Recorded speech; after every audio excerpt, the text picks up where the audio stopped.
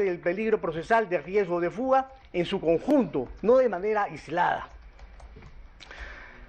A pesar que el 1 de diciembre Patrocinada del año 2017 prestó su declaración ante la Fiscalía, no se ha tenido en cuenta que cuando se le pregunta dónde trabaja, señala: desde el año 1996 trabajo en supermercado La Inmaculada, ubicada en Tarapoto.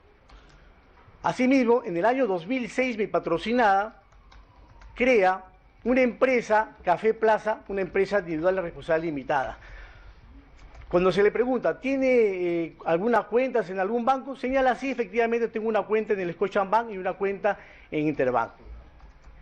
Sin embargo, no analizan ese arraigo hacia algo, ese arraigo laboral, a su trabajo, a su remuneración.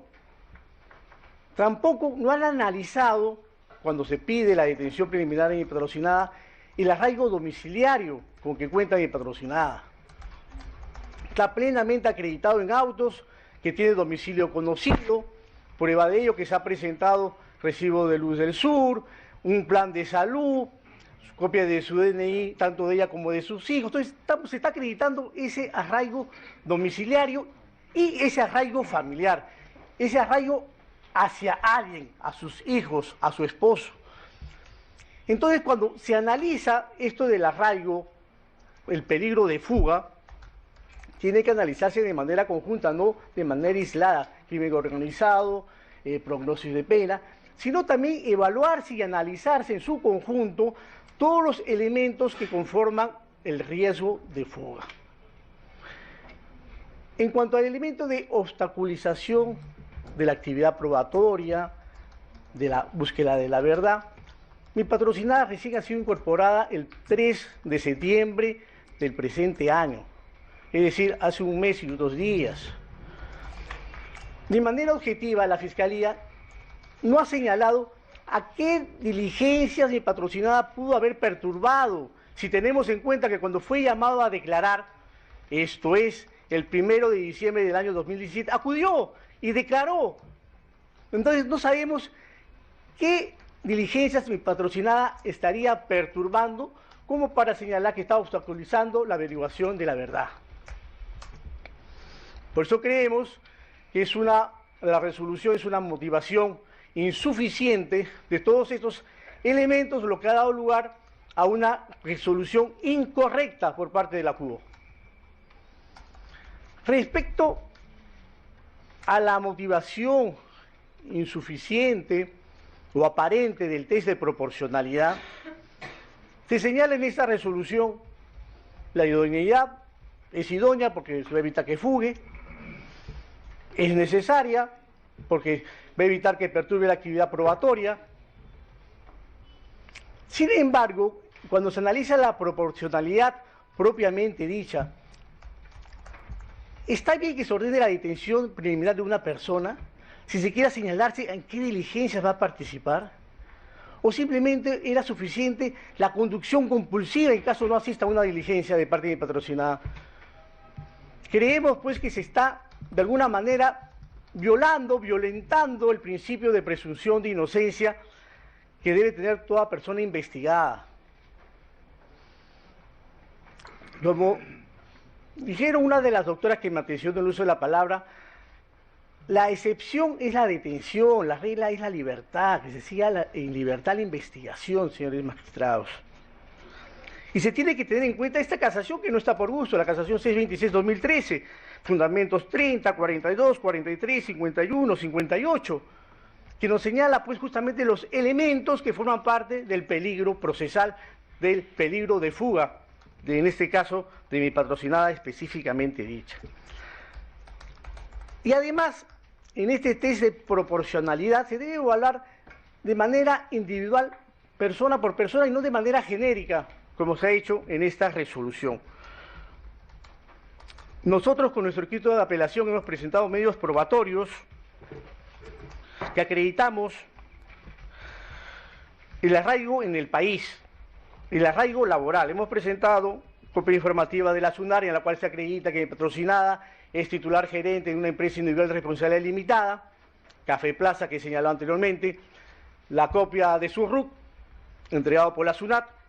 Hemos acreditado con nuestro escrito de apelación el arraigo domiciliario, presentando copia de DNI de patrocinada de sus hijos, el pago de mantenimiento de su departamento en Surco, recibos de Luz del Sur, de recibos del teléfono fijo de Movistar, un plan de seguros en RIMAX Seguros de mi patrocinada, lo que acredita pues la residencia habitual de mi patrocinada en algún lugar.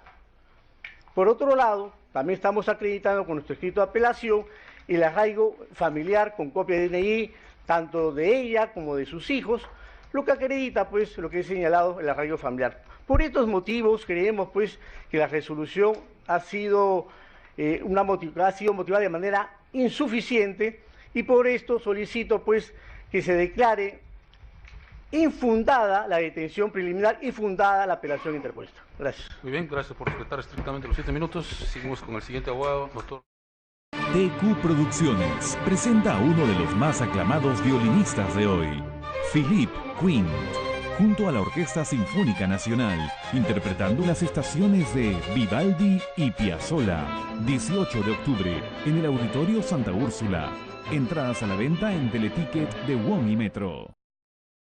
Continuamos con la audiencia en la Sala Penal Nacional, donde tanto la abogada de Keiko Fujimori, líderes de Fuerza Popular, y otros abogados de otras personas cercanas a este grupo político buscan revertir la detención o la orden de prisión. Mato Monge ha pasado de la condición de testigo a la condición de imputado.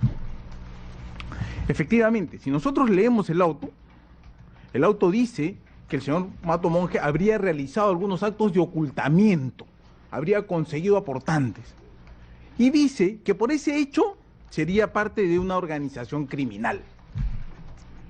Pero el auto, señor, que lamentablemente es sumamente pobre, señala en su foja 158 que los actos del señor Mato habrían ocurrido incluso hasta el año 2016. Pero si nosotros leemos las 4 páginas que se refieren al señor Mato Monge, dice que el acto de ocultamiento habría sido el año 2011. Ahora, ¿cuáles, digamos, los elementos de convicción para esto? Nosotros estamos hablando de un delito de lavado de activos a través de una organización criminal. Es un delito grave. Entonces, requiere una exigencia mayor de elementos de convicción. Más aún si voy a pedir una detención preliminar. Y el único elemento de convicción que tenemos, señor, es la declaración de un testigo protegido. El testigo protegido, 2017-55-2. Pero, ¿qué novedad? El testigo protegido, aparentemente de leer el auto, ya tenía la condición de tal en diciembre del año 2017. Pero el señor Mato Monge declara el 23 de febrero del 2018. Y cuando declara, señor, le hacen 72 preguntas. Y en esas 72 preguntas, faltó que le pregunten la talla de zapatos y de pantalón.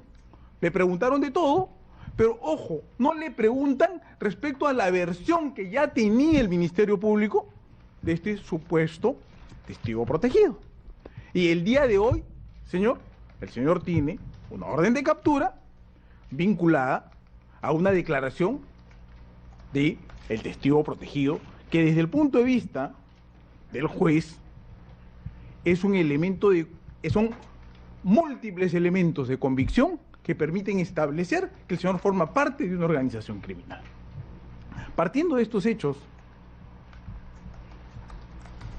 no cercanos a la verdad, muy bien, vamos a continuar con esta audiencia, pero en tanto también hay reacciones en el Congreso de la República. Jimmy Chinchay sobre el hallazgo precisamente en la casa de una de las personas detenidas que tiene relación con el presidente Martín Vizcarra. Jimmy Chinchay, tienes los detalles, adelante.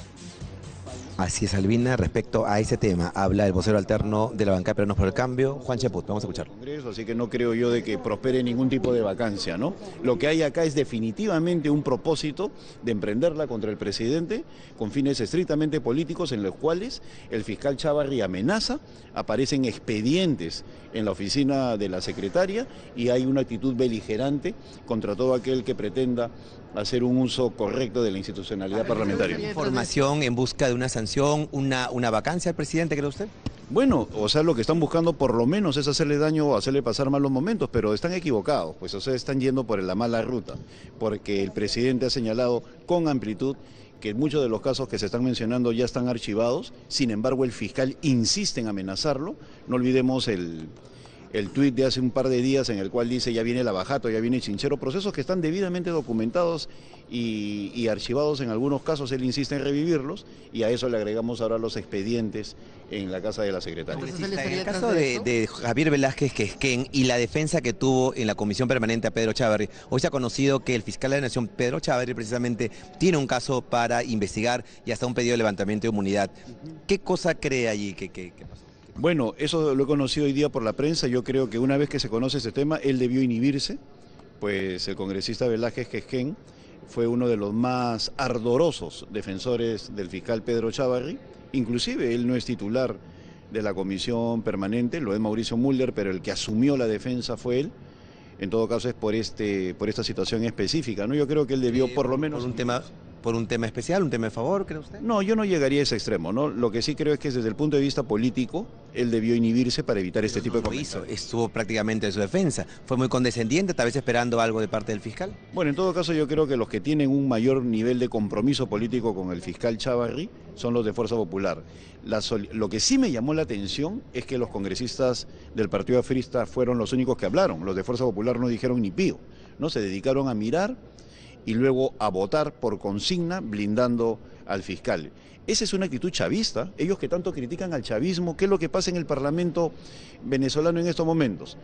La mayoría chavista escucha a la oposición, los dejan hablar y luego que terminaron de hablar votan en bloque. Exactamente lo mismo ha hecho acá el fujimorismo. Nos escucharon a todos nosotros, dimos argumentos contundentes en materia constitucional, escucharon a los apristas, a las fuerzas de izquierda, Peruanos por el Cambio, y luego sin decir nada votaron por consigna. Entonces todo eso pues es deteriorar el ambiente institucional en el país. Al final, Daniel Salaverry debe dejar la mesa directiva por lo ocurrido con el expediente de César Inostroza. Varias bancadas están solicitando ello. No, yo no veo que él tenga por qué renunciar, ¿eh? En ese sentido soy completamente claro. Este es un problema que atañe a otro tipo de circunstancia y yo creo que hay un sector del fujimorismo muy interesado en sacarlo a él de la mesa directiva y yo creo que debería continuar porque es un sector queiquista, ¿no? Que lo ve como un personaje incómodo.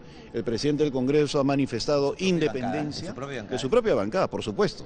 El presidente del Congreso ha demostrado independencia en estos casos y yo creo que no procede el pedido de renuncia. Y justo, ¿no? También una vez más, por esas cosas del destino, son personas vinculadas al Partido Aprista y a Fuerza Popular, las que mandó un tuit, Javier Velázquez, las que piden, ¿no? Los que están aliados en las votaciones a favor de Chávarri, ahora están aliados para tratar de sacar al presidente del Congreso. Yo diría más bien que el presidente del Congreso debería acelerar ese proceso en este que se está discutiendo en el Consejo Directivo y no caer en responder. Yo creo que él debe continuar al frente de la mesa directiva. Correcto, palabras de Juan Cheput, Albina, pero se conoce en momentos en que varias bancadas están solicitando que el presidente del Congreso actual, Daniel Salaverry, deje el cargo por los motivos que ya hemos conocido, ¿no? Este retraso en la información enviada al Ministerio Público respecto a César Inostroza. Se anuncia también en las próximas horas conferencia de prensa del titular del Congreso, Albina. Muy bien, vamos a estar atentos. Regresamos, Jimmy, tenemos que volver a la Sala Penal Nacional. Ya va culminando la exposición de los abogados de las personas intervenidas. Estamos hablando de, en principio, fue la abogada de Keiko Fujimori, luego Jaime Yoshiyama, Augusto Bedoya, Adriana Tarazona. Participa de esta diligencia, de esta audiencia, la propia Keiko Fujimori, entre otros detenidos, así como el fiscal José Domingo Pérez y el coordinador del equipo especial Lavallato, Rafael Vela. Señor, no hay un solo elemento de convicción que acredite que el señor tenía un rol determinado, que el señor permaneció en la organización criminal. El criterio para ser parte de una organización criminal es el criterio de permanencia. El señor tiene un señalamiento de un testigo protegido de un hecho del año 2011. No tiene más. Por estas consideraciones, señor, la defensa del señor Eric Giovanni Mato Monge viene a solicitar respetuosamente la revocatoria del auto elevado, materia de vista, y que en su oportunidad se declare fundada nuestra solicitud y se ordene el levantamiento inmediato de las órdenes de captura del señor Mato. Muy bien, gracias. Corresponde escuchar ahora entonces al Ministerio. Expo Proveedores 2019 permitirá reunir proveedores del sector privado con entidades del sector público del 30 de enero al 2 de febrero en el Centro de Exposiciones Jockey. Se encontrarán las recientes autoridades electas locales y regionales. Separa tu stand ahora. Muy bien, vamos a regresar a esta audiencia. Ha culminado la exposición, los descargos de la parte acusada y ahora viene el turno para la Fiscalía y el equipo especial Lavallato. Tocar específicamente algunos temas en garantía de contradicción.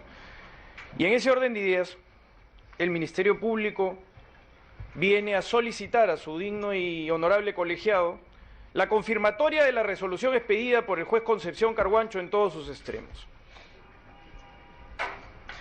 Ni frases hechas ni frases bíblicas. El imperio de la ley, señor presidente, señores jueces superiores.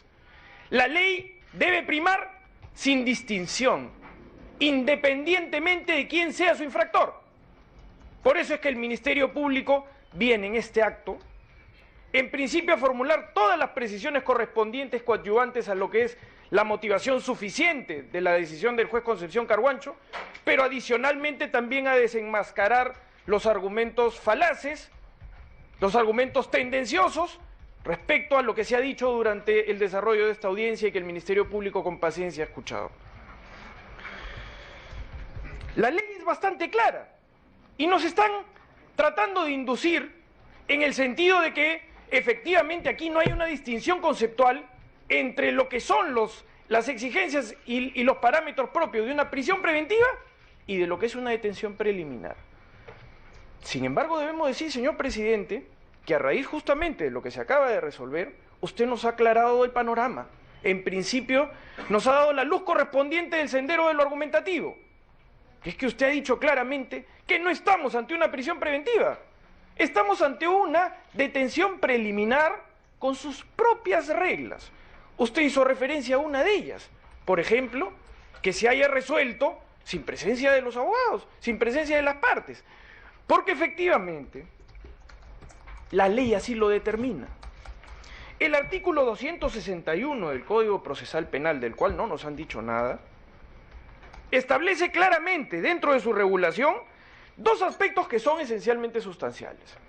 Y uno de ellos, que tiene también un desarrollo normativo en interpretación ya de la Corte Suprema de Justicia de la República respecto al concepto de lo que termina siendo necesariamente un requisito dentro de la detención preliminar, que son las razones plausibles. Razones plausibles: peligro de obstaculización, peligro procesal de fuga, son los conceptos relevantes dentro de esta discusión, sobre los cuales no se ha dicho mucho. ¿Pero por qué? Porque esto tiene que ser deliberado. Realmente el Ministerio Público está absolutamente sorprendido. Pensábamos que la discusión iba a ser otra, con honestidad. Estamos absolutamente sorprendidos que nos digan que no existe nada en el requerimiento. Es decir, que el requerimiento estuvo absolutamente desvinculado de las exigencias de razones plausibles. Es decir, de los serios indicios y sospechas que existen en esta investigación. Realmente, dentro de la etapa de investigación preliminar en la que nos encontramos, el Ministerio Público ha sostenido, creemos, con absoluta solidez y consistencia, de que razones plausibles hay de sobra en esta investigación. De sobra. Voy a detallar algunos de ellos de manera sucinta porque ustedes, honorable colegiado, lo van a poder advertir. Con absoluta sorpresa no nos dicen nada, a excepción de alguno de los abogados que ha tratado de tocar el tema incluso de manera bastante tendenciosa, en primero hablar de las declaraciones de los ejecutivos de la empresa Odebrecht. porque hay que entender cómo es que surge este caso. Este es un caso que surge de las investigaciones derivadas del caso Lava Jato, en el que se activan mecanismos de cooperación internacional y posibilitan la averiguación de la verdad en temas que, de otra manera, tal vez nunca habrían llegado a conocerse. Es a partir de estos mecanismos de cooperación y de la voluntad en determinado momento de la empresa Odebrecht de revelar una serie de actos delictivos que podemos llegar a tomar conocimiento, pero no exclusivamente, como nos dicen ahora, de presunta declaración del señor Jorge Barata como un aspirante a colaborador eficaz en el Perú, porque el origen de este caso está más bien en el mecanismo de cooperación espontánea del sistema de cooperación internacional, que es en realidad el hallazgo dentro de la agenda de Marcelo Bahía Odebrecht de la anotación aumentar Keiko a 500 y hacer visita. Ese es el hilo de la madeja. Ese es el punto que origina la investigación y potencia también la necesidad de establecer una serie de condicionantes dentro de lo que ha sido la averiguación de la verdad en esta etapa. A partir de ello y de la apertura de la investigación, se toma la primera declaración del señor Marcelo Bahía Odebrecht en noviembre del año 2017. El señor Marcelo Bahía Odebrecht reitera lo que ya había dicho en el caso Humala Heredia, porque estos casos están asociados en la medida de que son parte, reitero, de lo que se conceptualiza como el caso Lava Jato, porque tiene directa vinculación con la gran corrupción transnacional que estableció la empresa Odebrecht. Entonces, a partir de esa situación, el señor Marcelo Bahía Odebrecht es coherente. Primero declara en el caso Humala Heredia, con garantía de contradicción, y luego lo reitera con garantía de contradicción también, no como colaborador eficaz, sino como testigo dentro de esta investigación.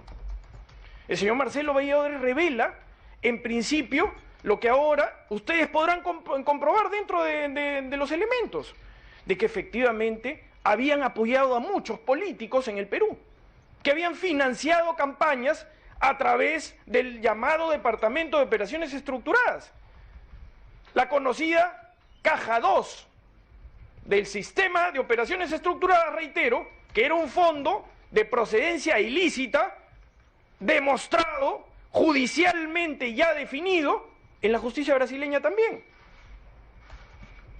En ese orden de ideas, el señor Odebrecht establece una serie de aseveraciones que luego tienen que ser materia, por supuesto, de otros testimonios. A partir de esta situación, declara también el señor Jorge Enrique Simões Barata. El señor Simões Barata, más allá de lo que quieran decir en este momento de sus imprecisiones, que por supuesto el Ministerio Público rechaza porque entiende que la declaración de Jorge Barata fue coherente, más allá de eso, el señor Jorge Barata da amplia información que para el estadio procesal en el que nos encontramos termina siendo, creo, desde el punto de vista del Ministerio Público y desde el estándar reconocido por el juez Concepción Carhuancho, ampliamente suficiente para superar el concepto que la ley determina. Razones plausibles. Es lo que exige la ley. No exige más que eso en este estadio. Y por eso debemos concentrarnos en la parte argumentativa que corresponde no a una prisión preventiva, que naturalmente tiene otras exigencias. Y por eso el Ministerio Público no va a hacer mayor referencia a ello, sino cuando tenga que extensivamente hacer referencia más bien a otros conceptos que también el juez Concepción Carhuancho ha detallado respecto al peligro de obstaculización o el peligro de fuga, que la norma también incluye claramente cuando hace referencia a la cierta posibilidad de fuga u obstaculización de la averiguación de la verdad. La regla tiene que ser distinta, porque estamos en una etapa distinta. Estamos en una etapa de diligencias preliminares donde la inmadurez de la investigación suele ser el criterio que rige la exigencia de la decisión judicial. No hace mucho, acaba en este momento de decidir, hace unos 2 meses atrás, el señor juez supremo de investigación preparatoria, un pedido de detención preliminar, en el caso llamado coloquialmente los cuellos blancos, caso que interesa también en esta averiguación. El señor Walter Benigno Ríos Montalvo fue sometido también a una detención preliminar. Y las exigencias son las determinadas no a una prisión preventiva, sino a las razones plausibles de por qué en ese estadio la flexibilidad de la ley determina necesariamente que sus exigencias no correspondan a una de mayor madurez. El señor Walter Benigno Ríos Montalvo se decidió su detención preliminar solamente con escuchas telefónicas. Escuchas telefónicas que además no han sido materia de contradicción.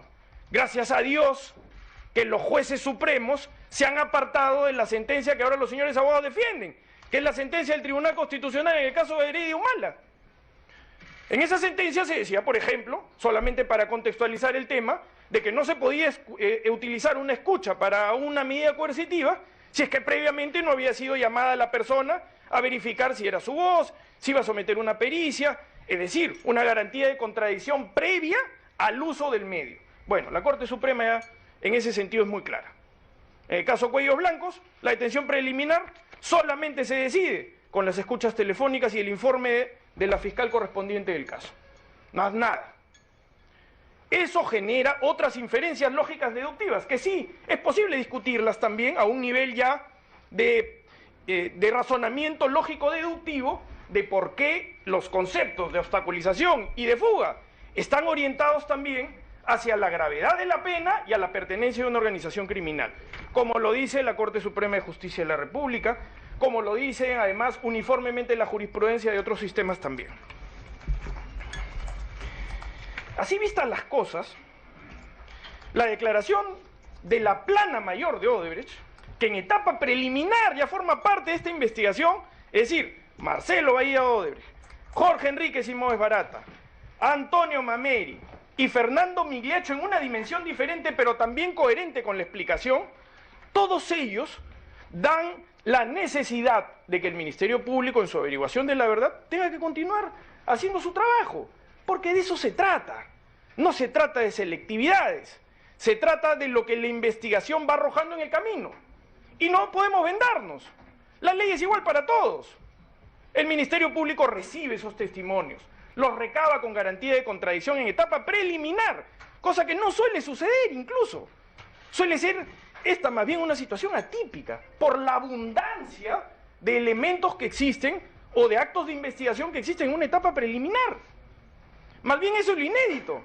Lo inédito resulta ser la abundancia que existe en una etapa preliminar, que suele ser una etapa más bien de absoluta inmadurez. Y por eso la ley es flexible y exige poco, razonablemente poco, porque estamos sometidos a la judicialidad. Pero no quedamos en eso, más allá del detalle de lo que se pueda decir en todas estas declaraciones, que han sido bastante coherentes. Detalles que además tienen que ver con otros casos también relacionados. Por ejemplo, de cómo se aumenta $500.000, ¿no? La historia de cómo se aumenta $500.000, esa no la cuentan los abogados, ¿no?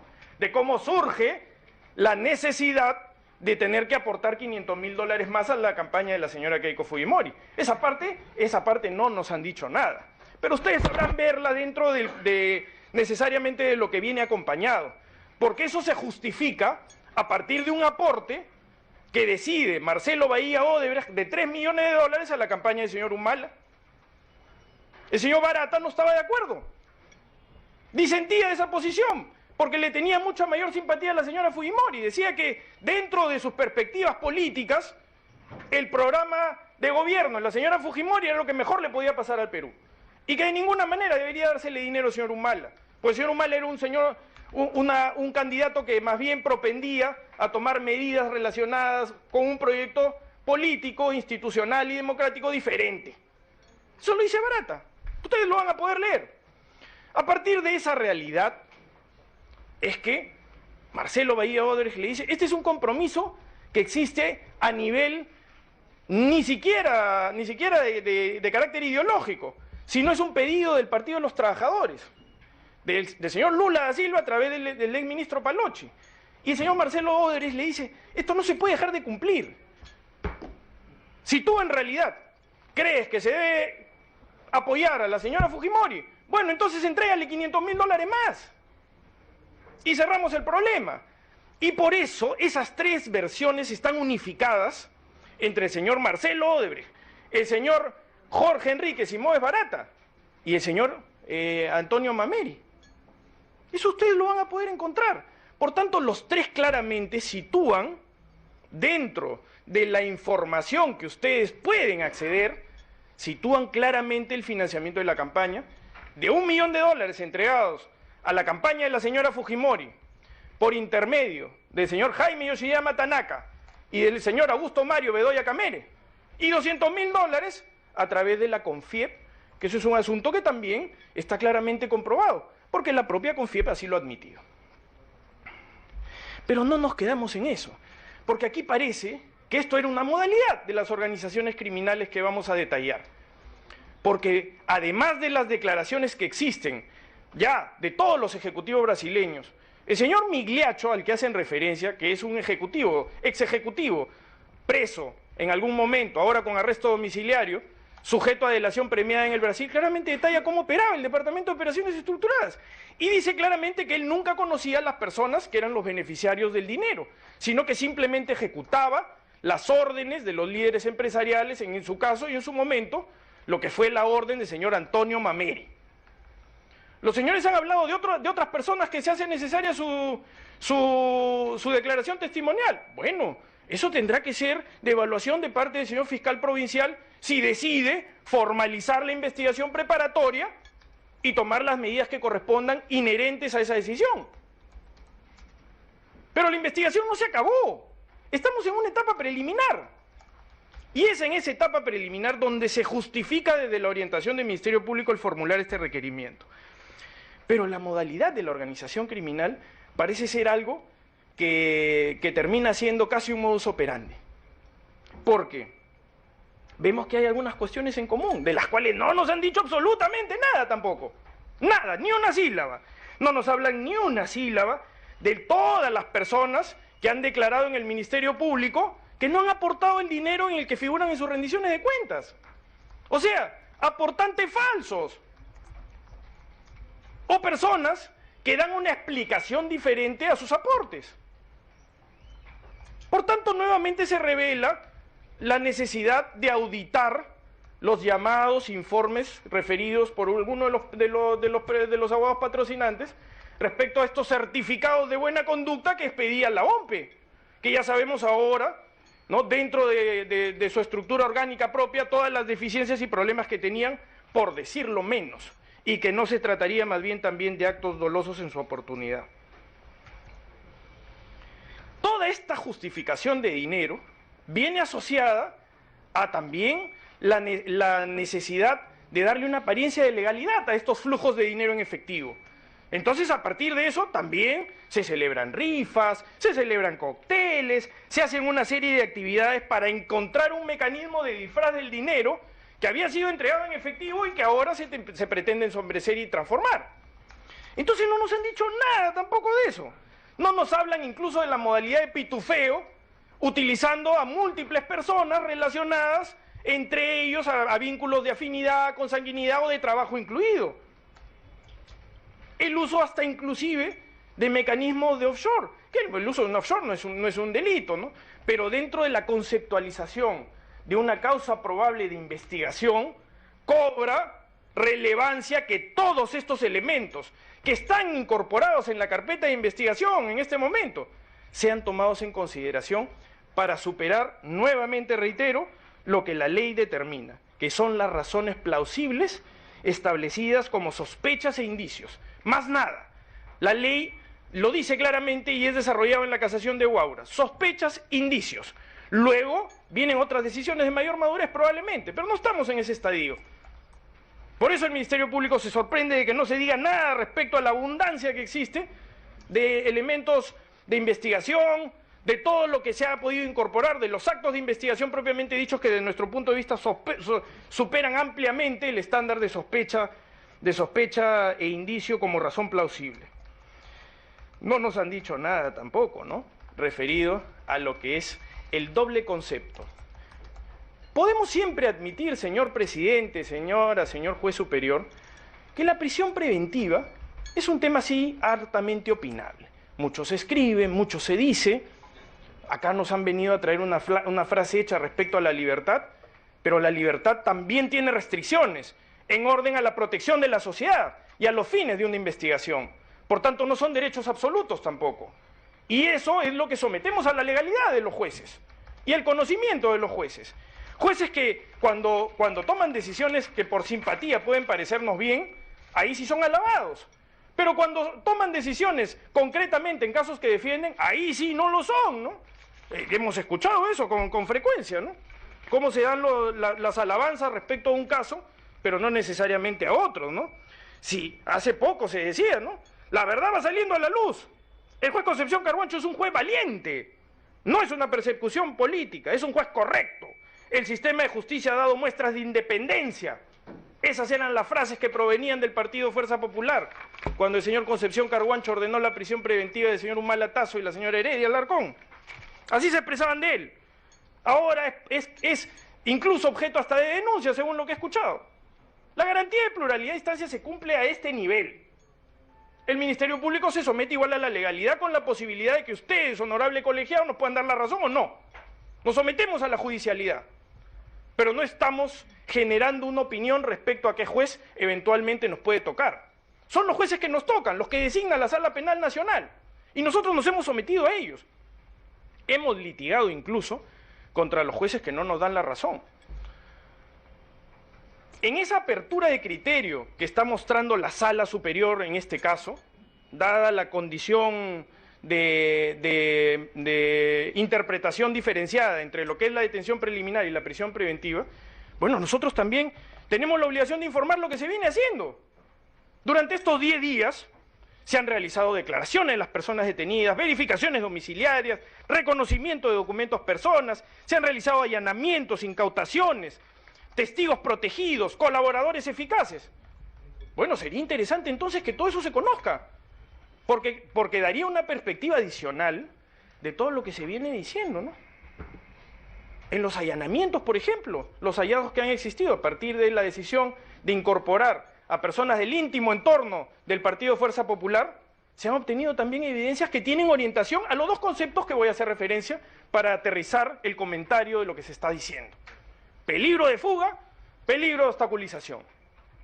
En los allanamientos se han encontrado muchas novedades importantes, específicamente en el caso del señor Silva Checa, por ejemplo, ¿no? Conocido operador de los años 90. El caso del señor Silva Checa. No suelo interrumpir, pero está introduciendo material. La discusión es sobre la resolución como se dio el requerimiento. Señor, yo no he interrumpido. Perdón, vamos a rogar a las defensas técnicas no interrumpir, porque de ese mismo modo la Fiscalía pudo haber interrumpido en el momento de sus intervenciones y eso no es la regla. El colegiado sabe disgregar lo que se discute acá, porque ya calificó los hechos. Que sea, por favor, la última intervención de los abogados defensores con relación a la exposición. Igualdad de armas en este sí. Continúe, señor presidente. Yo voy a continuar diciendo lo que corresponde a los intereses procesales del Ministerio Público. Ustedes saben distinguir qué cosa les resulta una información de calidad y valiosa. El Ministerio Público tiene la obligación de no cercenar tampoco sus propios argumentos. Sencillamente lo que estamos haciendo es informando lo que se viene haciendo, que incluso podría ser hasta una pregunta que el propio colegiado puede formular. ¿Qué cosa hemos hecho durante estos 10 días? Porque se ha tocado por parte de los señores. Así que no entendemos cómo el señor se atreve a interrumpirnos cuando al final de cuentas han hecho uso de ese mismo mecanismo. Los señores han dicho, ¿para qué se tienen 10 días si no han hecho nada? Bueno, le estamos contestando lo que hemos hecho. Lo que hemos hecho es esto. Y lo que hemos hallado es también importante que sea de conocimiento de la sala. Entonces es una cuestión informativa que está orientada en respuesta estricta a lo que los abogados dicen. Por tanto, no es posible admitir tampoco esa intervención del señor abogado. Yo lo he respetado con mi silencio y le exijo lo mismo. Gracias, señor presidente. En la obstaculización, dentro de la resolución del juez Concepción Carhuancho, hay un detalle claro respecto a la actividad de una serie de personas investigadas que buscan cambiar la versión de los testigos. Este es un claro elemento de obstrucción. La búsqueda de que alguien cambie su versión a través de dinero, de corrupción, de amenaza, de violencia o de lo que fuere, es contravenir también contra lo que es la buena fe procesal y contra lo que significa también la conducta procesal de los investigados. Ciertamente estamos ante una organización criminal. Esa es la hipótesis de trabajo del Ministerio Público. que estamos ante una estructura orgánica permanente que infiltró un partido político, porque nunca se ha dicho que los partidos políticos, como se repite tantas veces, que los partidos políticos sean organizaciones criminales. El Ministerio Público nunca ha tenido esa tesis. El Ministerio Público lo que siempre ha dicho es que los partidos políticos han sido instrumentalizados para los actos de lavado. Y para eso fueron infiltrados a través de organizaciones criminales claramente estructuradas con ese propósito. Y entonces, en ese orden de ideas, lo relacionado a la pertenencia a una organización criminal y a la gravedad de los cargos cobra relevancia como juicios de inferencia lógica deductiva, porque si no nadie iría a la cárcel, pues, esa es la verdad. Si tendríamos que referirnos estrictamente a planes objetivos, entonces solamente podría haber peligro de fuga, si es que en algún momento hayamos un plan de fuga. Pero no si tenemos una inferencia lógica deductiva orientada, juicio de inferencia lógica deductiva orientada a los elementos que existen de gravedad y de pertenencia a organización criminal. Es decir, no es que sea esta una cuestión objetiva, no es que solamente porque el cargo sea grave y porque sea un cargo tipificado, subsumido como organización criminal, estamos ya per se ante un peligro de fuga o de obstaculización, sino que los elementos aportados son los que generan el grado de inferencia lógica deductiva de que sea altamente probable que una persona se vaya a fugar o vaya a obstaculizar la averiguación de la verdad.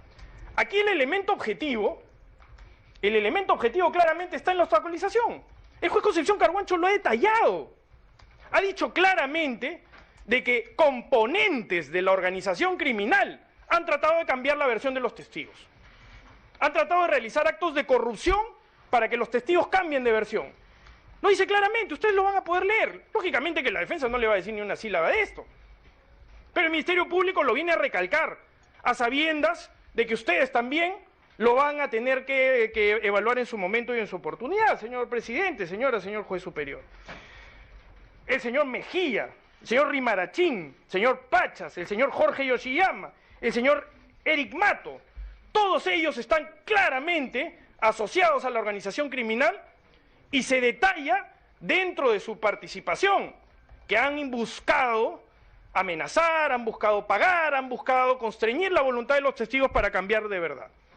Y en el caso del señor Silva Checa, en el allanamiento del señor Silva Checa, esto se ha detallado hasta como una estrategia que está relacionada no solamente con el hecho de compeler a los testigos, sino también de dilatar lo máximo posible esto. Esto es una estrategia. Solamente falta que tal vez se consorcien entre las defensas de otras organizaciones políticas para eventualmente confrontar al Ministerio Público en este esfuerzo. Ya veremos qué pasará en el futuro. Ya veremos cómo se coaligan. Y veremos también cómo le respondemos en ese orden de ideas con fortaleza, si nos lo permiten. En ese sentido, específicamente en el caso del señor Yoshiyama, el señor Yoshiyama está en Estados Unidos. No se ha puesto a derecho, nos han dicho de que tiene un problema ocular, que no puede viajar porque puede perder el ojo, ¿no? Eso es lo que nos han dicho, ¿no? Pero nosotros no tenemos ningún elemento claro referido a ello.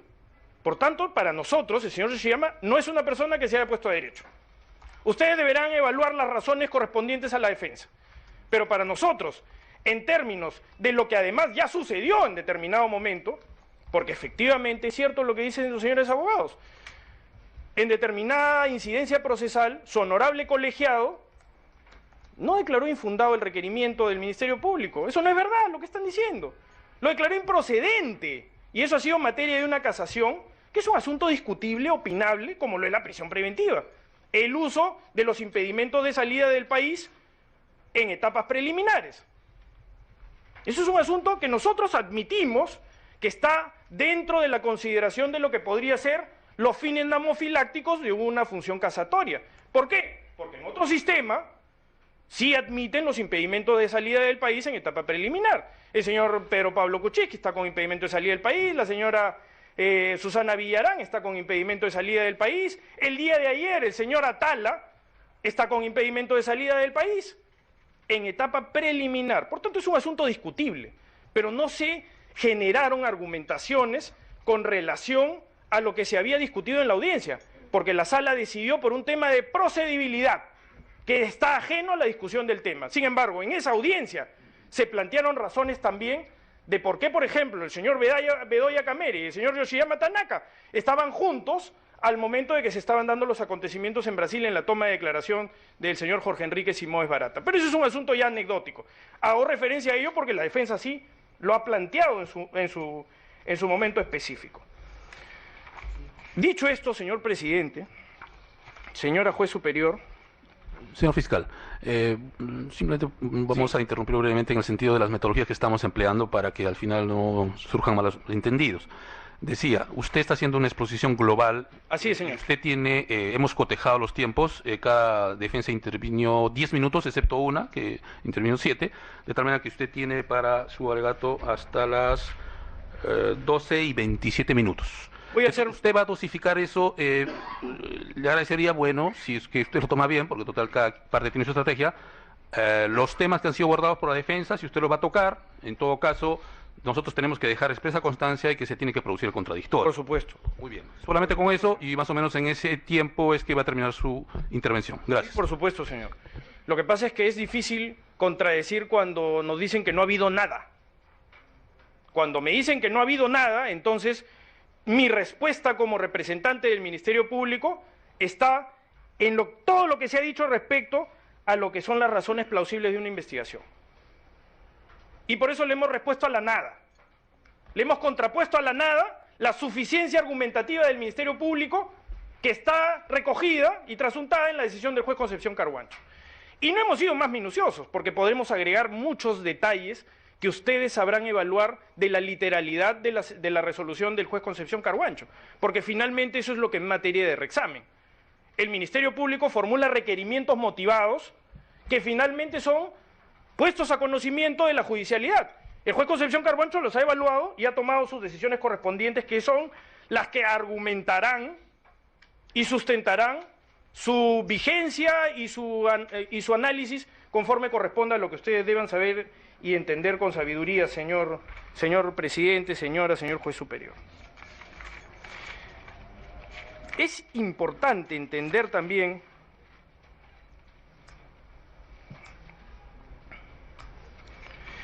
que los casos, señor presidente, curiosamente pueden tener relaciones. Estaba haciendo referencia, por ejemplo, a cómo en el caso Cuellos Blancos, en la Corte Suprema, el señor juez supremo había ya decidido respecto a lo que es en su entendimiento, interpretación y definición, las razones plausibles suficientes para tomar una decisión de una detención preliminar.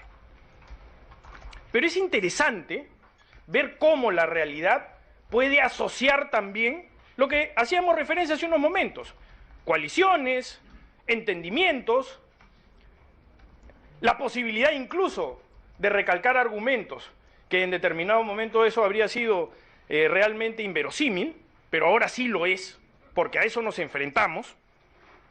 Pero adicionalmente, dentro del caso Cuellos Blancos, por ejemplo, hay una referencia dentro de un informe que también obra como argumento del juez Concepción Carhuancho respecto a un audio en el que se revelaría una reunión que podría tener una relación con el caso.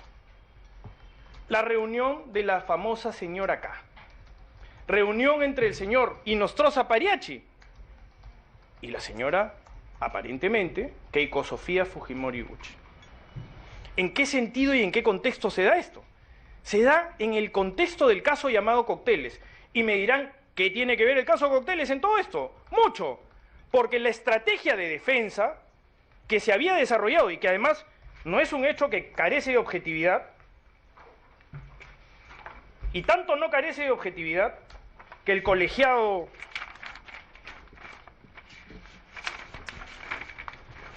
conformado por la señora Condori Fernández, Torre Muñoz y Carcaus Tocaya acaban de confirmar una resolución que declara improcedente el pedido de contienda de competencia por requerimiento promovido por la defensa técnica del señor Yoshiyama Tanaka. Como su abogado además lo ha advertido.